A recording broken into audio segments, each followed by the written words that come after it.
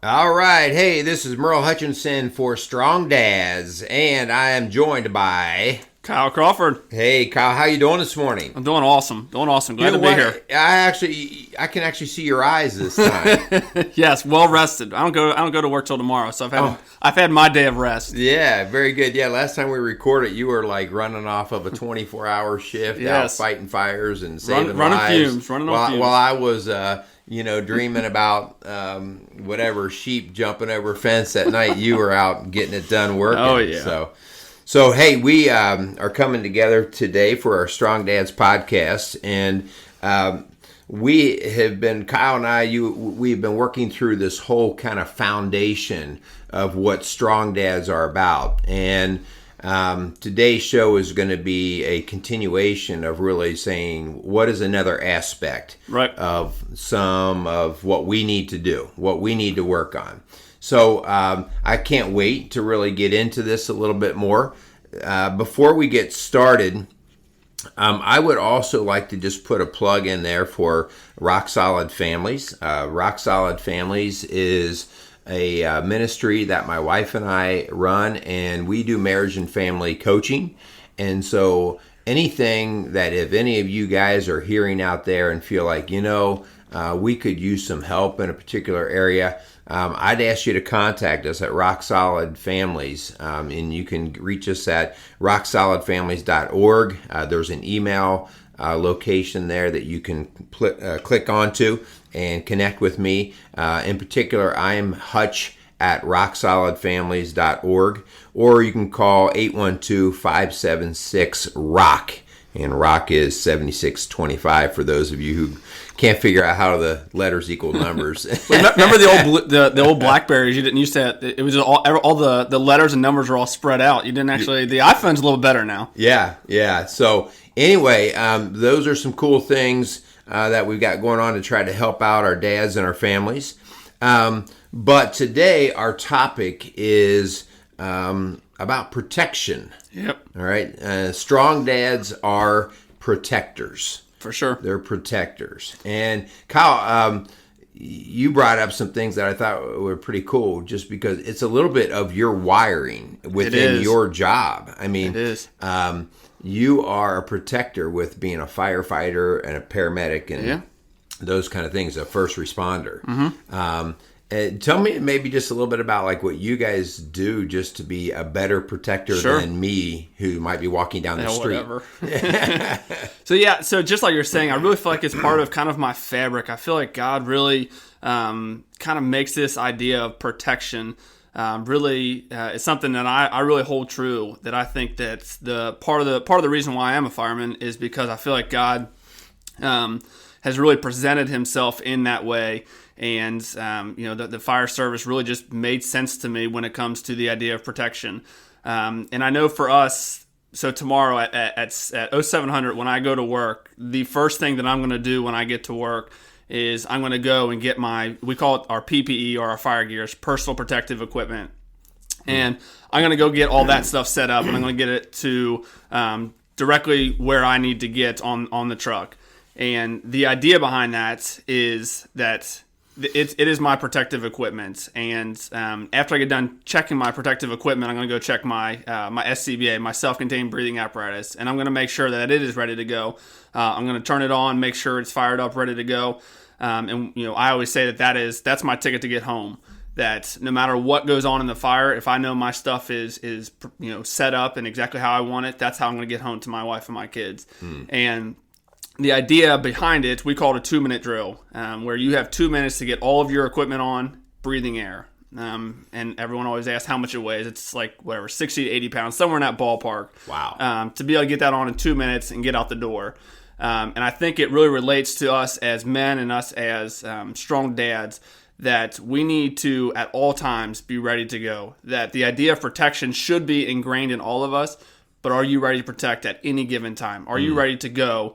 If given 2 minutes, can you, on the spot, ready to protect somebody?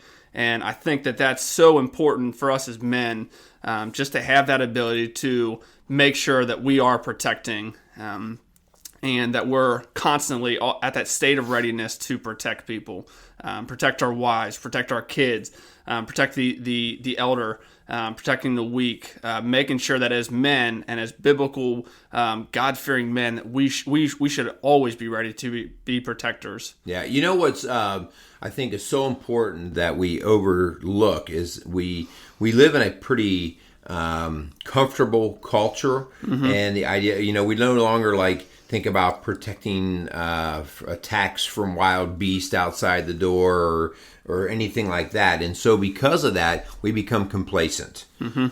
We just assume our cars are so much safer than they've ever been. Our homes are so much safer than they've ever been.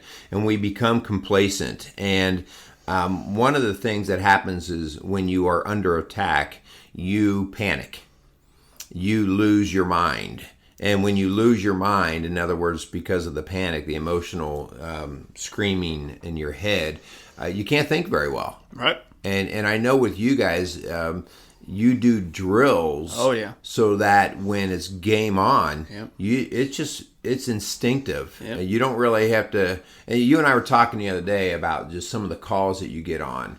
When you're a paramedic or whatever, and I mean, you've seen some nasty, gross stuff, Yep. some sad stuff, and man, if your emotions really got the best of you in the middle of trying to be the protector or the fighter, you wouldn't be able to do your job, would you? No, absolutely not. I mean, that's a really good point as far as drilling and training. That's something definitely at my firehouse we prioritize, because I know that if I get in for lack of better words, a shitty situation where stuff's going south and it's going south fast, I need to kind of have that muscle memory, essentially, that ability to revert back to my training to make sure I know when I'm in this situation. And that brings up a great point that when we train and when we practice for these things, we shouldn't practice in, for us in the fire service, we practice in dark situations, and it's not, light, sunny, and 70 outside. You need to make sure that when you're practicing, when you're practicing to protect people, you need to do it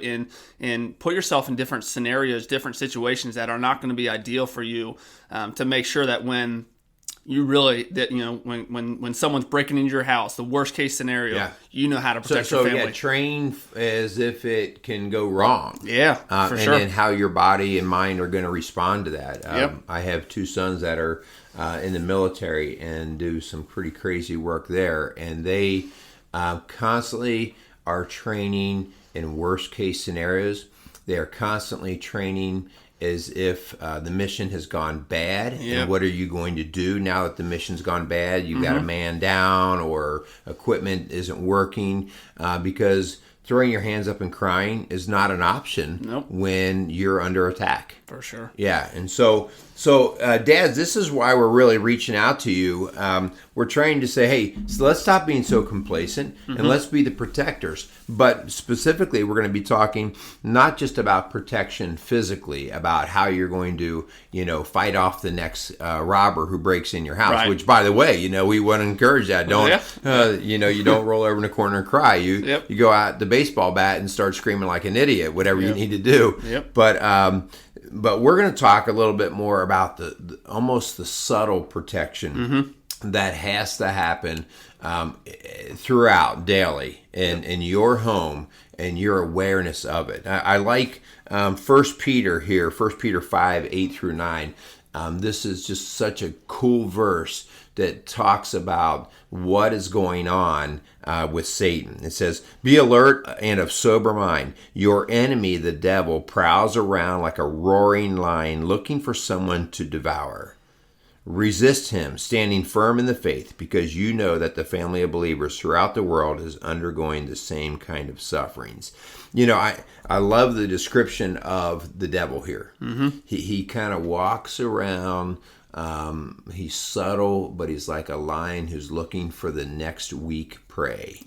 Right? And it's like, man, what does that look like in my house? What does that look like? So, we're going to walk through some of this today, and I hope that we can pique your interest by some of the things that Kyle and I feel like are right there at our doorstep, or maybe already even in our home.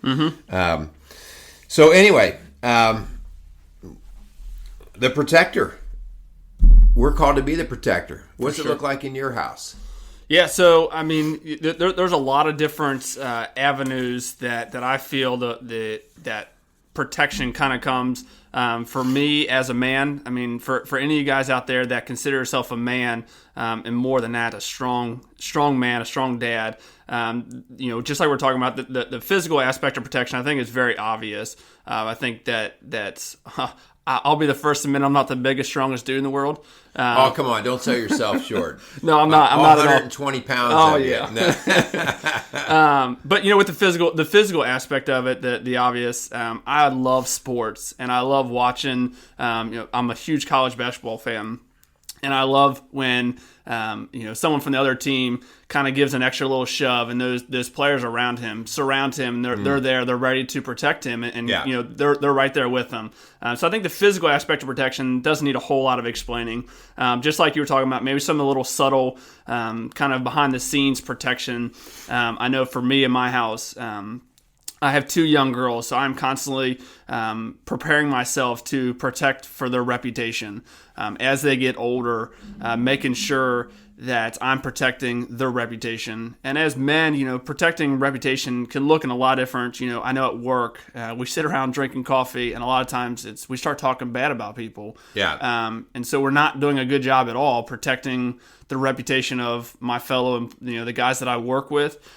So just protecting reputation is a big one, and it's something I struggle with a lot. Well, I want to touch on that for a second, because this is that idea of building up your teammates, right? Yeah. Challenging them, but understanding we're still on the same team. We're still going into the same battle. Mm-hmm. And so the iron sharpens iron. So, this is beating each other up to the point where we're not helping another man. Will eventually take that man and turn him away. Sure. And so we need him. Yeah, and in that verse, it doesn't say other humans are your enemies. It says your enemy is the devil. Yeah. That we're all on the same team, that we should be joining together to fight the devil. So yeah, that's a good point. Yeah, no doubt. Protecting each other is just really important, and making sure that the team is strong. For sure. The next little subtle, maybe not so obvious protection that I kind of jotted down some of my notes, protecting someone's future. And again, in reference to my girls, I'm making sure that I'm protecting their future, which kind of is also another, make sure we're protecting our kids, making sure that financially, my wife and I set up, we got a college fund that we set up to make sure that we're protecting, to make sure that my girls, we're setting them up for success. Kind of going back to someone's future, one of our first episodes, we talked a lot about statistics, and if you are not protecting maybe your unborn child's future, that you need to know that if by you sleeping around maybe with multiple women, and you do get a female pregnant, that idea that you might just be kind of basically increasing those statistics, and whatever that's going to look like, making sure that you understand that the futures that you might be protecting may not even be born yet. Yeah. Well, that speaks to the idea that we have the job of protecting our immediate family that we see every day in our home. But this is I think of it as a community fabric, the fabric of our community, that if you and I and every other man not just protected their family, but protected or had the will to protect the integrity of the fabric that builds community, think about how things would really start to look different. So I think that's ultimately that is our mission here, right? That we would not just get one man to be a better protector of his home, but we would get every man to start to understand this is on us as men to help direct and to protect. Yep. One of the things that I think, excuse me, that we have run into is the work of Satan, and how Satan he's a great deceiver, right? He's the deceiver. He knows what we can be deceived with, right? And he loves to cue in on our pleasure senses. Oh yeah, right. Like us men, we like hot, cool, colorful, fancy, big, fast stuff, right? Whatever it is, boats, right. cars, women, right? Whatever it is, bigger is better kind of thing. Yeah. And that appeals to us. And that's cool in the sense that that's how we're wired to be the builders and stuff that we are. But it also, if we don't understand the work of how Satan uses that we can fall prey to it. And the next thing you know, we're no longer living for our family. We're no longer living for God. We are living for stuff. Yep. Or pleasure seeking. Yep. And so, guys, we want to encourage you that if you see yourself slipping into seeking pleasure over your family and over your relationship with God, Satan's starting to grab you. Yeah. He's starting to grab you. If you're trapped into that, please take a look. Yep. Yeah, just I mean that idea that Satan is the great deceiver, that he's gonna prowl around and he's gonna find things, your weaknesses. And I know it's definitely true for me. When I'm tired and hungry, I get off that when you're hangry? Yeah, I'm hangry. When I get off that 24-hour shift and I come home, and the first thing I see are my two little girls, and I'm tired of dealing with people after 24 hours. Satan kind of creeps in there and says, "Oh, just tell them to back off. Just tell them to go." And that's just it's so powerful that Satan has that ability.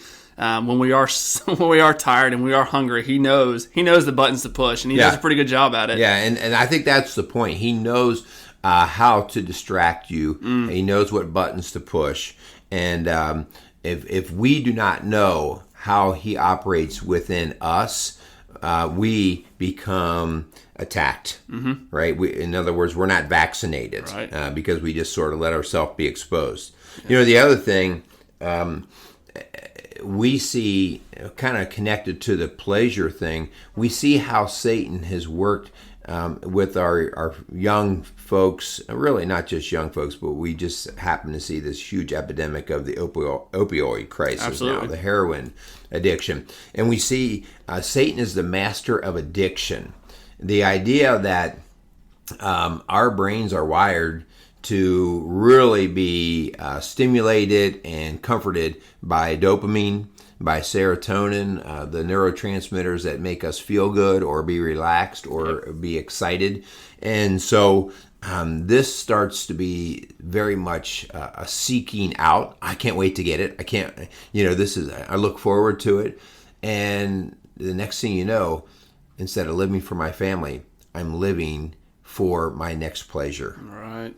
Man, you see that. I mean, yeah.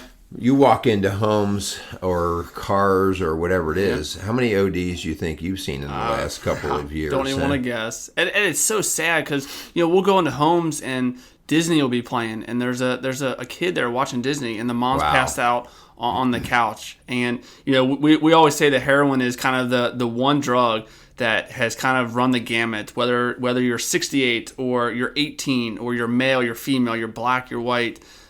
Satan has really used heroin to do a lot of damage, and it's crazy the number of people that we see. I mean, 2016, 2017 were just terrible years. We saw, I mean, every day. I mean, I don't even want to guess how many times a day. Yeah, well, we would see it on the news report and just think, why would anybody even do that? But this goes back to how we're wired and how Satan is very aware of that. And so we don't believe it's coincidental that you start to find these opportunities to seek that pleasure more frequently, who you're hanging with, what you're doing with your time. And so Satan is the master of addiction. And so if you know that, or if you have a tendency to do that, it is your job, man, to step up and do the preventative work to not let that addiction take place. You got to protect yourself. And if someone in your family is dealing with that, you have to protect them. I know here with Rock Style Family, you guys are really, really big on the whole idea of mind, body, and spirit. And just that idea that you need that protection, you need to look in the mirror and protect your own self. And there's throughout Scripture, and a lot of times in the Old Testament, God always says, I am the Lord your God. If you are struggling with addiction, first off, you need to seek help and go out and seek that. But really look internally and know that God is so much bigger than any addiction you're dealing with. And really take heart in that. Here at your guys' facility, you guys should come see this place. The workout facility is really cool. If you have an addiction, seek help and get right in yourself, because in order to fix things going on in your family and your surroundings, you have to fix what you have going on internally. Right. You have to recognize yourself. You and I were talking a little bit about beer drinking, and we're not at all opposed to beer drinking. In fact, we were talking about some of our favorite beers and that kind of thing.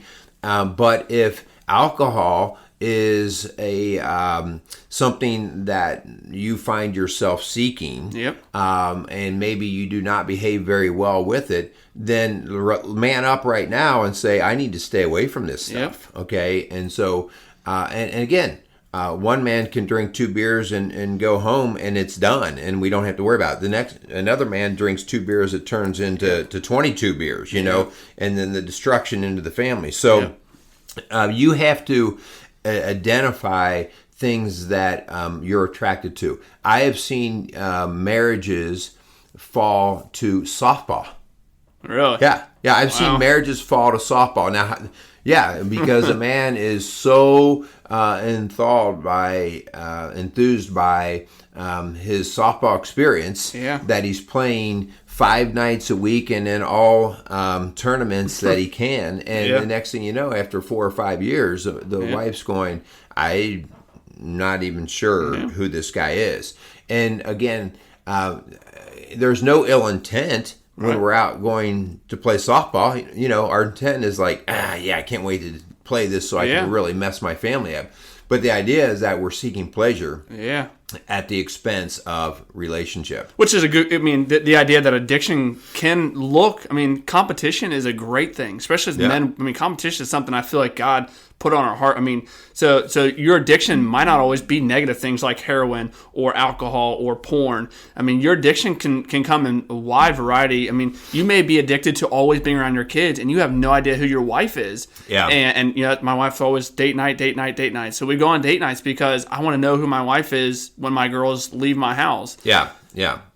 So, identifying that is important. How about this? I see Satan working like crazy to own our calendars. Yep. To own our calendars. Listen to me, men, okay? Do you look at your family calendar and your work calendar and just see it just spattered with events and activities that there's not a minute, a day that goes by where you're like, man, you ask anybody how they're doing. How you doing? Oh, really busy. Really busy. That's my wife's least favorite saying for someone to say. Yeah. Oh, really busy. That. And it's like the next thing you know, the busyness is the thing that takes our eyes off the prize. Yep. Yeah, it takes our eyes off of our family, off of our kids, off of our wife. And Linda and I work with families all the time, and we say stuff like, when was the last time you had a family meal together? Yep. They can't even answer it. Yeah. Last Thanksgiving we all kind of sat at the same table. Yep. And shame on us, because we know that those are helpful things, those times together that we protect. And so, gentlemen, listen, we are all busy, but we are also able to decide whether we're a victim of our calendar or whether we are the controller of our calendar. Yep. My wife and I, we like to say, if you want to know what we're about, what my household is about, look at my calendar, my bank account. Yeah. That idea that we prioritize, like I've shared before, in our calendar on Sunday nights, we have worship night that's boxed out in our calendar. Yeah, that's cool. So, yeah. So another way that I've seen Satan really distract us men and open the door to get in and invade is I kind of refer to him as Satan is the ultimate yes man. It's that hype man. He's sitting there telling you, oh, you're good. You're good, brother. Yeah. You're good. Yep. And so he's the yes man. So you get these crazy human ideas of something that you want to do, which, by the way, I'm guilty as charged. Oh, my little creative brain can take me down different roads. And And that Mustang looks really good. Yeah. Let's go. Let's get that. I can see that right now. New now. golf clubs. Yeah. And so all of a sudden, this is kind of that whole picture of the good angel and the bad angel on your shoulders. Yeah. And so being aware that if you're feeling like, I just keep thinking about this, it must be a good thing, run it by other God-fearing men. Yeah. Run it by your wife. Is this what would be good for our family? Right. And so to test it, to make sure that this is not just you falling to Satan saying, yeah, this would be cool. Yep. This would be cool. Yep. That's good. Yeah. So this is the thing that I find myself, stop rationalizing all the excuses that you make for for what is cool. I mean, we can be the masters of rationalization. Just right? stop making excuses. I feel like excuses definitely in today's society is such, everyone's making excuses. Be in the minority when it comes to that. Don't make excuses for your actions. Step up. We've talked about it over and over. Own those excuses. I mean, own what you're doing. Yeah. If you are you are going out and letting Satan rule what you do, own it and stop it. And just like you're saying, seek out other dudes that are God-fearing men that can come alongside you, walk with you, which is kind of what we're hoping to do here. We want to walk alongside dudes just as much as we want them to walk alongside of us and make us better. Yeah. And I've had some great men in my life that can challenge me. Everything from my own brothers to just men in the church that just say, what are you doing? Yeah. And if nothing else, they just make you think twice before doing something. Yeah. Here's the next topic about how Satan works us. And I was sharing a little story with you earlier. Satan is the ultimate hustler. He's the ultimate hustler. If you've ever been hustled before, I was hustled by my own son. So Zach and I used to play ping pong. And when he was younger, I could beat him to death, and of course I was never a good dad. I'd let him win once in a while. Did you ever play left-handed against him? When I was real young, or when he was real young, maybe. But, we got to be pretty competitive, but I could always beat him. And that turkey went away to college, and probably instead of studying, he probably did nothing but play ping pong, because he came home his freshman year from college, and it was like around Thanksgiving. And we went downstairs, and because we used to keep a tally of our wins and losses. And he's like, "You want to play?" I'm like, "Yeah, let's go down and play." And so we started playing, and he let me beat him the first game or two, kind of like I'd beat him earlier. And I was like, "Yeah." And then all of a sudden he says, "Let's put $5 on this game." And I'm like, "Yeah, or whatever, And I'm trying to teach him, like, "Well, are you sure this is a good decision, Zach? You're gonna." And we start playing, and Kyle, I'm not kidding you, he smoked me. I felt like I was just dumbfounded. The score might have been like 21-1 or something stupid. And so I was looking at him like, what in the world? And so I thought, well, that's a fluke. Yeah, he doubled nothing. Played again, and he smoked me just as bad the second time. And I'm thinking, I got hustled by my own son. Yeah. So Satan does that same thing. He makes you think you're good at things, whether it's like making money, building things.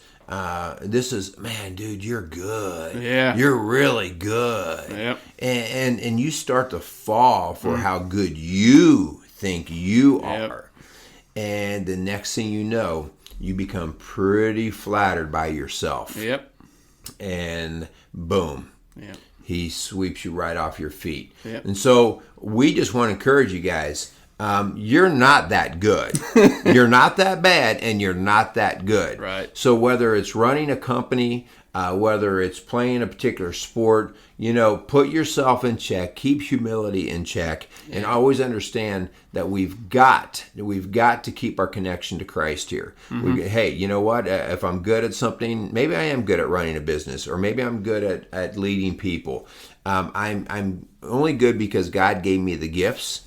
And I want to continue to hone and polish those gifts that God gave me. And so to keep giving the credit where credit is due is so important, so that I don't fall to Satan. Right, for sure. Yeah, and I mean, through everything, when we reference protection, I know I'm a big believer that we have to be aggressive in that. that in everything the multiple things we've been talking about, whether it be your addiction, whether it be that Satan is a great deceiver, that with our calendar, we have to make sure that we're being aggressive in that. And a lot of times, aggressive gets a really bad rap. That he's very aggressive. But I think in reference to protection, we have to be that. We have to know that God wants us to protect. That as men, we're supposed to protect. And being aggressive in reference to protection is a good thing. Right. And aggressive and protective are different than controlling. Sure. Controlling is that insecurity that I have, that I don't want anything to go without my fist being wrapped around it. Yep. And whether we see overly controlling people and men that it's their own insecurity that they can't let something kind of go and trust that it's going to work out.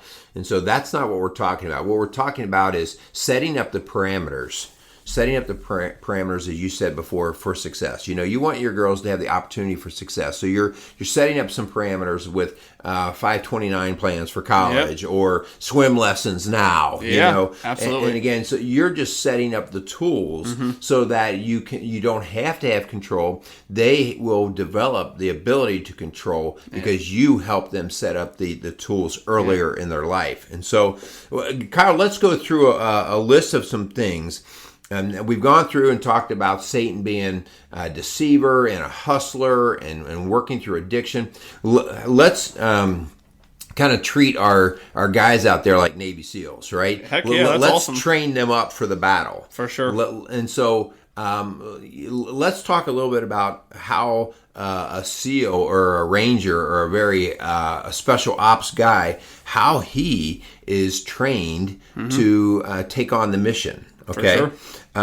So one of the very first things that we see when guys are in the special forces is when they're going through their training, we start to see that they are taught to sell out to the mission. To listen, I completely buy into this. Yep. I am 100% in. And if you as a dad are not 100% in, you're not in. Yeah. You're going to fall. And so, because the battle's going to get ugly, and sometimes it's going to fall apart. Kyle, when you guys make a decision to walk into a burning house, you can't have one of your guys questioning, man, I don't know if I should walk into this. I don't know. I mean, when it's time to walk in, what do you guys do? When it's okay, it's time to work. We say, let's go to work. And just like you were saying, day one in our academy, that it was told, day one, you're here for our citizens. That's why you're here. And that's our mission. If their house is on fire, if they call 911, it's their worst day. You get your butt in there and go to work, and and everyone has to buy in it, just like you're saying, because I work with 3 other guys, and then I have my officer, my captain that comes in with us, and if all 3 of us are not on the same page, similar to if everyone under your household is not under the same impression, and everyone knows their own role, man, it's going to fall apart, and it's going to fall apart in a bad way. Yeah, so that's so important. So we don't want the fire to be taking place and you guys to be sitting out in the front yard going, I don't know. It's game on decision time, right? And so, dads, we want you to see that same necessary pull for you to be the protector. Hey, you know what? You decided to have a relationship that led you to being a father. It's game on. Excuse me. It is game on right now. And so we're going to be the protector. So sell out to the mission of being a father, being a dad. Okay. Yeah. For sure. That's a big one. That's a great place to start. The next one is just having that discipline. And in a lot of ways, this is hard for all of us. I know, self included. Just having that ability to have discipline to look at what I have on, just look at the mission and know that that's the mission that I, just like you're saying, you're in a relationship with someone, having that discipline to go about it, knowing your role as a protector, and especially in today's society, and I've referenced before with the idea of divorce. And I know when my wife and I got married, I made it very clear that divorce is not an option. Yeah. It's never going to be an option. And obviously, there's definitely some circumstances that might fall into play. But you have to fight for your marriage. Your marriage is going to be difficult. I mean, I can't tell you the number of arguments my wife and I have. But the cool thing is when you go into your marriage and you have that discipline, you know that divorce is not an option. It's a game changer. Yeah. Because even when arguments do come and the rain does come down, which we referenced before in a different show, when the rains do come down, I know and my wife knows that divorce is not an option. We're going to work through it. Right. We're going to do whatever it takes to make sure that at the end of the day, we're still married. Yeah. Yeah. And so that discipline is that whole idea of, like you said, once you're committed, and this is why we talk about the importance of being married and not living together, because it's a solidifying of your commitment that, you know what, I am all in. And that's why I talk about to young dads or to young men who are living with their girlfriend. Listen, I'm not here to judge you to heaven or hell. That's not my job. Yep. What I am here to say is you're not sold out. You're not all in. Yep, for sure. Because a real man says, this is a real mission, and I am all in. I'm not in the front yard of the burning house going, oh, I don't know if I... Yep. No, I've got my equipment on, and I am all in. And so you set absolute boundaries. I will do this. I won't do this. And these are the things that real men start to do. And so we have faith in the mission. We have discipline. Mm-hmm. How about the idea of just conditioning? Yeah. Of conditioning. What does conditioning mean? Well, we talked about that, with you, the idea that you do fire drills. Oh, yeah. You train. You have to. Yeah. You have to, for sure. I mean, the fire drills are going because you got to train with your kids to know, you got to teach them how to get out of the house. Yeah. But yeah, I mean, we have to condition. You have to be ready for those times because they're going to come unexpected times. And if you have not conditioned yourself and you've not prepared yourself for those times when it goes south, when it does, the whole, just we've said it multiple times, the mission is going to fall apart. You have to condition yourself. Yeah. So what does conditioning look like for a dad, right? For a Christian dad? Well, first off, I have a fitness equipment stockpile over here. Looks really good in my gym. But as far as being a Christian dad, I have to hone my brain and body for being what does it look like to be a strong Christian dad? Reading, praying, some meditation time of just saying, what's out there, Lord, worshiping. These are some of the conditioning things. This idea that I'm only going to talk to God, when the storm's coming. That's not it. That's like saying I'm only going to show up on Sunday to play the football game. Yeah. Well, and the rest of the week, no. I'll just show up for the football game. Yep. You might pull that off for a game or two, but it's not going to last long. And so this daily conditioning of saying I need to do things that are on a more regular basis that keep me sharp. Yep. Can you imagine if you just checked your equipment right at the edge of the fire that you're walking in? Sometimes that equipment might work fine, but if you're not on top of it, sometimes it's not. For sure. And so that conditioning is so important. How about the next part? How about strength? Well, what is strength when we're talking about being a protector? What does that look like? And again, the obvious one would be the physical, but I think the kind of even deeper than that, just that idea to challenge yourself. Yeah. That as men, I think a challenge is something that we love. I know I do. I mean, I love competition. I love wanting to get better at who I am. Yeah. Whether it be my golf game, I went and got lessons because I want to get better. Right. So let me back up just for a second here. So the difference, conditioning, is just setting up the patterns where we can repeat and see things on a daily basis. But strengthening is doing something above and beyond. So putting a little extra weight on the bar. And in your case, I know you enjoy your golf, and so conditioning would just be going out playing. But saying, I'm going to go get a lesson to work on something more specifically that I maybe am not very good at. Okay. But you can't challenge yourself unless you've done those conditions, because unless you've conditioned, in your conditioning, you identify problems, and then you can actually address those problems. But if you're not conditioned conditioning, and all of a sudden you're like, I just got to get better. Yeah. That's a blank check. I mean, you have to know what you got to get better at, and the only way to do that is to condition. Yeah. Yeah. Good point. So how about our tools and our weapons, right? If I'm going to be a protector, so we have faith in the mission, we have discipline, we have conditioning, we have strength building. What about the actual tools, the weapons? As protectors, I say weapons just because of the term of protector. But what kind of tools do we have to keep ourselves I want to walk into the battle with? And gosh, without a doubt, and I would have not understood this in my 20s, but the Bible. Yeah. Right? The Bible, not so that I can tote it around and show it off, but because, man, when I don't know what to do, when I'm questioning myself, there is such a checkpoint out of that Bible. I'm just say, what's God telling me here? Yeah. What am I telling me? Because I'll come up with any crazy thing. And the devil, he's going to tell you certain things. Yeah. But to say, what's God's word say on this subject or this matter? How about like we talk with other men, other dudes, right? Yeah, fellowship. Yeah, for sure. You have to have fellowship. You have to have a group of guys that you can lean on, that you can share life with. That when times are tough, you can talk to them, and they're going to build you up. And they're not going to continue just to encourage you to keep complaining, keep making excuses. They're going to help you find solutions. Yeah. And in reference to the Bible, I've heard it before that the devil is not afraid of a dusty Bible.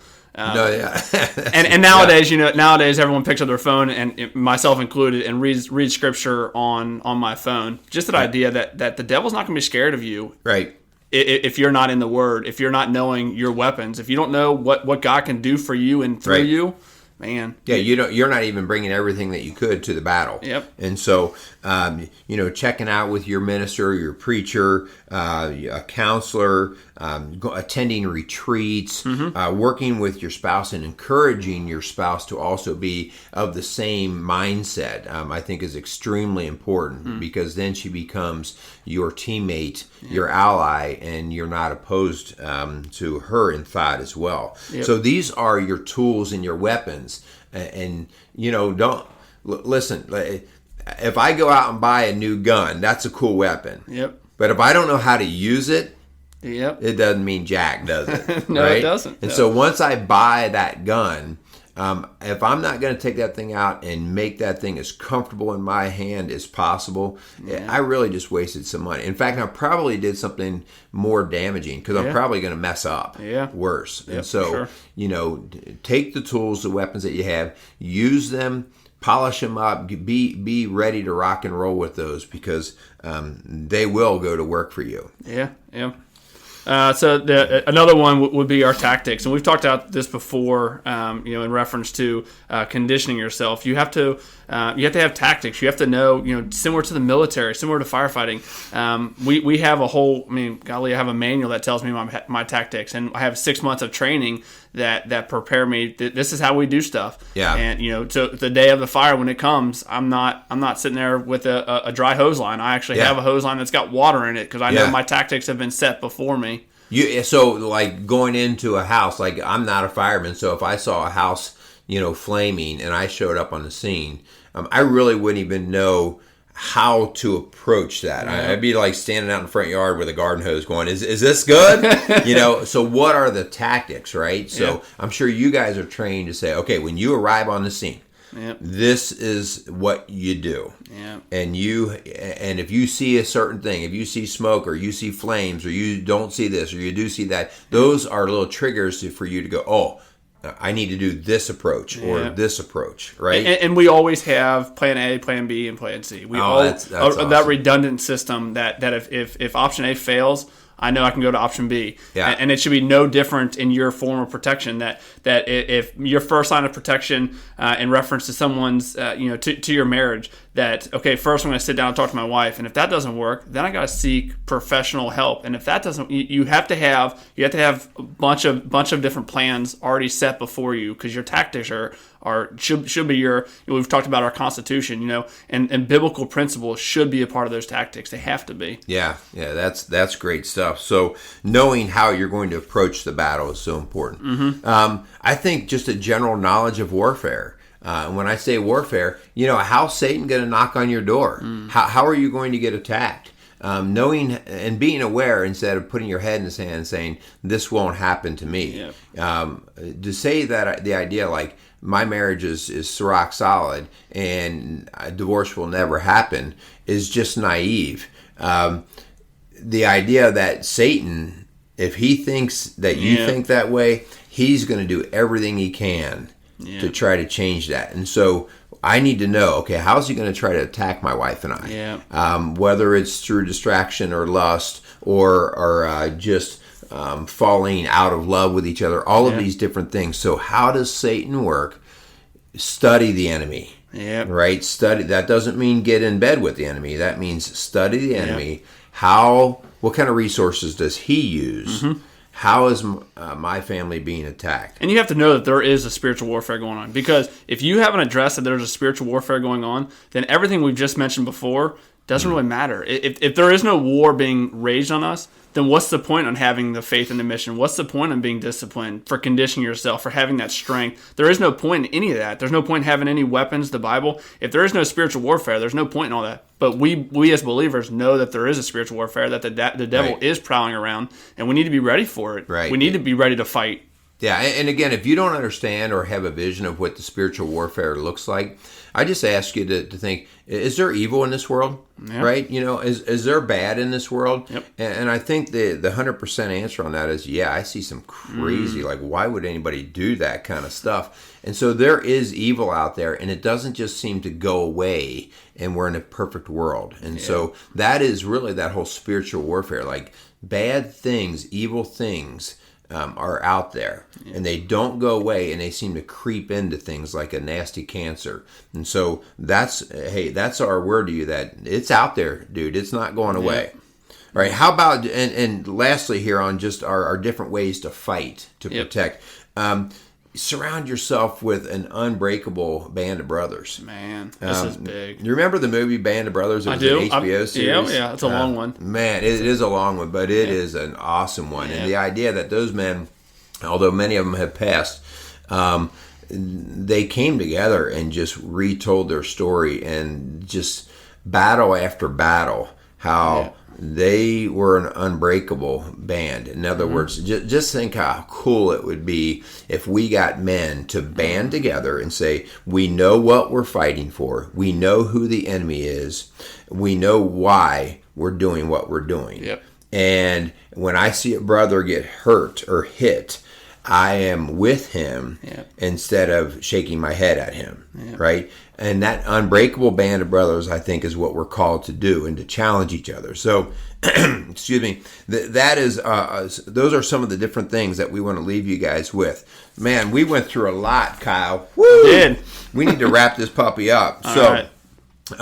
As a strong dad, we encourage you to understand what protection looks like. And it may not always be taking your fist into a fight, but it may be an awareness of how your house and your family are being penetrated by evil. So, all right. Bottom line here, would you die for the cause of saving your family? Yeah. Christ did. Yeah, for sure. Yeah, would you die for your family to save your family? Yeah. And our example of that is Christ. He did die for us. Yeah. And so that's a total sellout to the mission, is what he is for us. Yeah, I mean, he's the ultimate protector. He did so much. I mean, my goodness, when he was dying on the cross, he looked down, and the very people who put him up there, he asked God to forgive him. He was protecting. Crazy. He was protecting their eternal future. Like, if that's not a something we should all strive to want to be, man. He is the ultimate protector. He's the ultimate man. We've talked about before. He was no joke. He was a man's man. Yeah. And he displayed that every day in everything he did. So for sure, making sure that not only are you looking at who Jesus was as a protector, but making sure your entire family is geared and looking in that same direction with you. Yeah. Well, hey, great show, Kyle. Thanks again for everything that you add. I love all of your experience through your actual work as a fireman and paramedic. You bring some real life flavor to this. So I thank you for this. Listeners, we want to encourage you to dig deep, to be a fighter for your family, for Christ. Otherwise, I think we're going to sign out. We will talk to you all next week. Yeah, sounds good. Go out and be some strong dads. There you go.